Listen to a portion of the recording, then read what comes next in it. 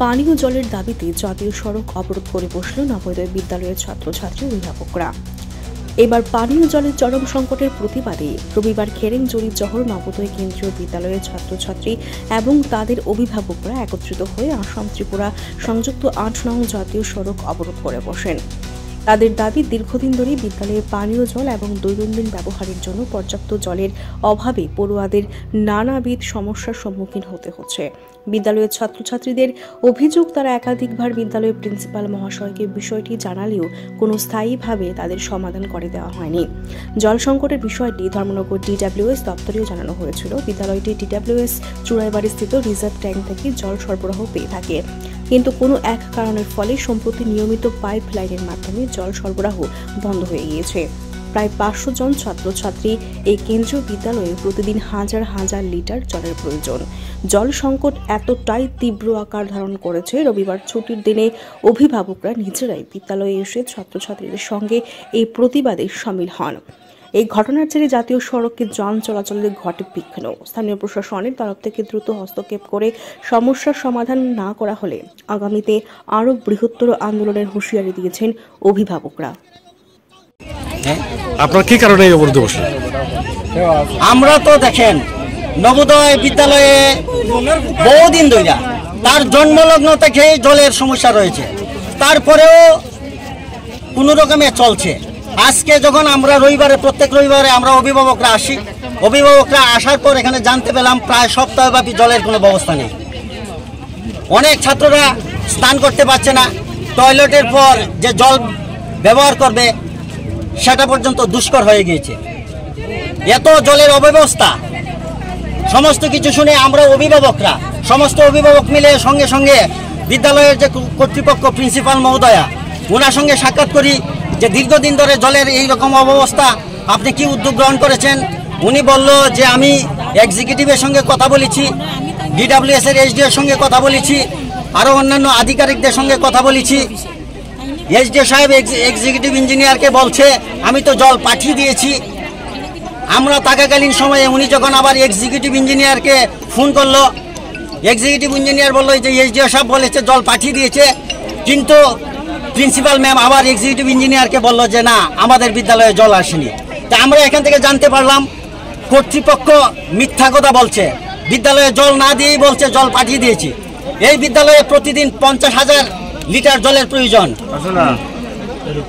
একটা ট্যাঙ্কার দিয়ে 6,000 লিটার জল আসে। তারপরেও আমরা অনুরোধ করেছিলাম যে কয়েকটা ট্যাঙ্কার জল পাঠিয়ে দিয়ে, যতক্ষণ পর্যন্ত সেখানে পাম্প সারাই হচ্ছে না, যে ক্রাইসিস দেখা দিয়েছে, আপনারা অবিলম্বে সেই ক্রাইসিস মেটানোর জন্য ট্যাঙ্কার দিয়ে জল বহন করেন। প্রিন্সিপাল ম্যাম বলছে যে ওনাদিগকে অর্থ না দিলে নাকি ওনারা ট্যাঙ্কার দিয়ে জল পাঠায় না। কিসের অর্থ, কি বিষয়, এগুলো তো আমরা কিছুই বুঝতে পারছি না। আমরা জানি DWS দপ্তর টেন্ডার করে শুকা মরশুমে যেখানে জলের অব্যবস্থা রয়েছে জল ট্যাঙ্কারের মাধ্যমে পরিবহন করে, কিন্তু এই বিদ্যালয়ে 500-600 স্টুডেন্ট রয়েছে, তারা 6 দিন ধরে জলের দুর্বিষহ যন্ত্রণা ভোগ করছে। এই জায়গাতে দাঁড়িয়ে এই যে কচিকাঁচা শিশুগুলা রয়েছে তাদের মুখের দিকে তাকিয়ে, বিশেষ করে প্রিন্সিপাল তো বলেছে উনি এই করেছে, সেই হিসাবে আমরা প্রিন্সিপালকে দুষছি না, কিন্তু DWS কর্তৃপক্ষ একবার সেই সমস্ত কচিকাঁচাদের মুখের দিকে তাকিয়ে একটা উদ্যোগ গ্রহণ করবে, ন্যূনতম সেই ব্যবস্থা আমরা তাদের মধ্যে পরিলক্ষিত করতে পারছি না।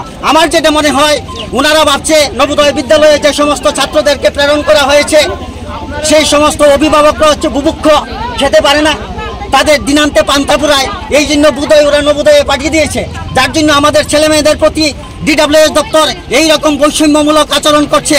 না হলে একটা বাচ্চা শিশু DWS SDO শিশু যেই রকম, আপনার সন্তানটাও সেই রকম, একটা শিশুর দৃষ্টিভঙ্গি নিয়ে একটা দপ্তর মানবিকতার পরিচয় বহন করবে আমরা লক্ষ্য করতে পারিনি। বাধ্য হয়ে আমরা আজকে এই জাতীয় সড়ক অবরোধ করতে বসেছি। আমরা জানি এই জাতীয় সড়ক অবরোধ করতে গিয়ে অনেক গাড়ি যারা নিয়ে এসছেন তাদের অনেক যন্ত্রণা, অনেক সমস্যার সম্মুখীন হতে হবে, তার জন্য আমরা ক্ষমা প্রার্থনা করছি। পাশাপাশি পদাধিকার বলে এই বিদ্যালয়ের চেয়ারম্যান হচ্ছে আমাদের DM। তো আপনাদের মিডিয়ার মাধ্যমে আমরা DM মহোদয়ের কাছে এই বার্তা বহন করতে চাই যে ইমিডিয়েট যেন উনি জল সহ এইদিকে আপনারা দেখতে পাবেন একটা রাস্তায় দিকে যাওয়া যায় না, একটা ভঙ্গুর অবস্থা রয়েছে রাস্তায়।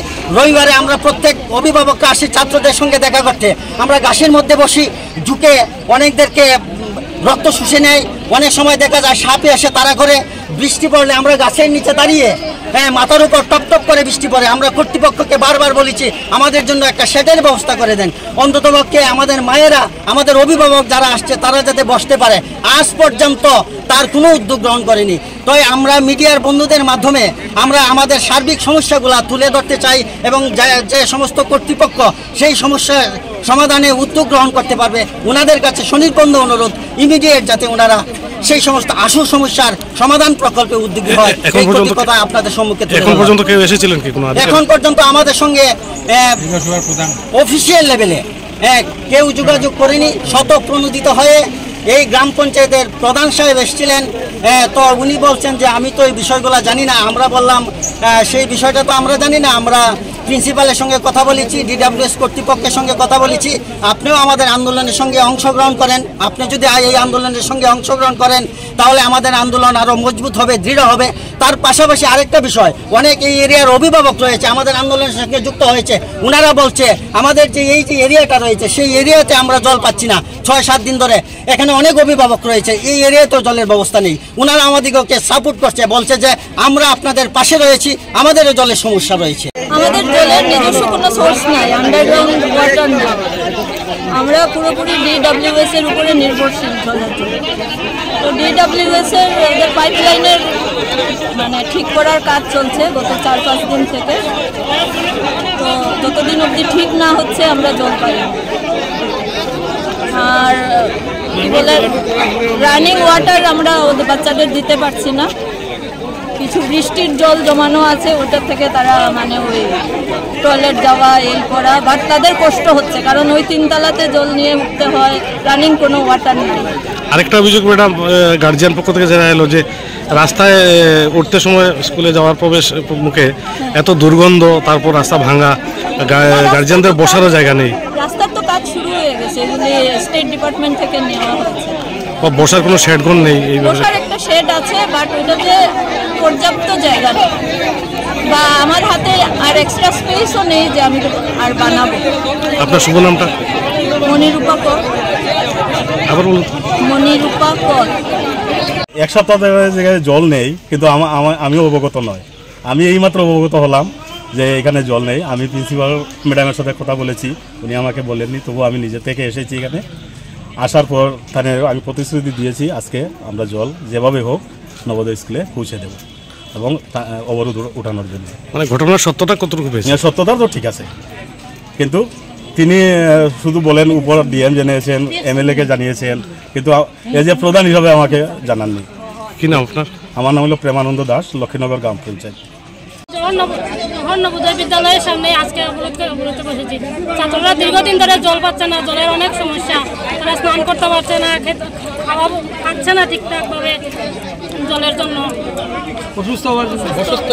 এত গরমের মধ্যে যদি জল ছাড়া থাকে তাহলে তারা কী হবে? প্রিন্সিপাল ম্যাডামও সঠিক কোনো আমাদের আশ্বাস দিচ্ছে না যে জল আসবে বলে, শুধু বলছে আজকে হবে, কালকে হবে, এগুলি বলে বলে আমাদেরকে রোজ রোজ বলছে। কতদিন থেকে? আজকে 6 দিন 7 দিন থেকে জল নাই। তো বাচ্চারা তো বয়ে খাওয়ান খাচ্ছে না, খাওয়ান ওরা বলে খেলে তো টয়লেট যেতে হবে, তো খাওয়ান বন্ধ, 6 দিন থেকে জল নাই, টয়লেটও যাওয়া বন্ধ। এরকম করে তো আমাদের বাচ্চারা অসুস্থ হয়ে পড়বে। এখন কি বলেছে ওনারা? এখন তো ওই প্রিন্সিপাল ম্যাডাম তো কোনো ওই এসডিএম স্যারের কাছে ফোন করে, ডিএম ম্যাডামের কাছে ফোন করে, ফোনের কোনো রেসপন্স নাই। হ্যাঁ, রেসপন্স নাই। এর জন্য আমরা অবরোধে বসেছি যাতে আমাদের এই সমস্যার সমাধান হয়, সুসমাধান হয়। কতক্ষণ থেকে আপনারা অবরোধ চালাচ্ছেন? আমরা প্রায় 1.5 ঘন্টা। কোনো আধিকারিক এসেছিলেন? না, এখন কেউ আসেনি।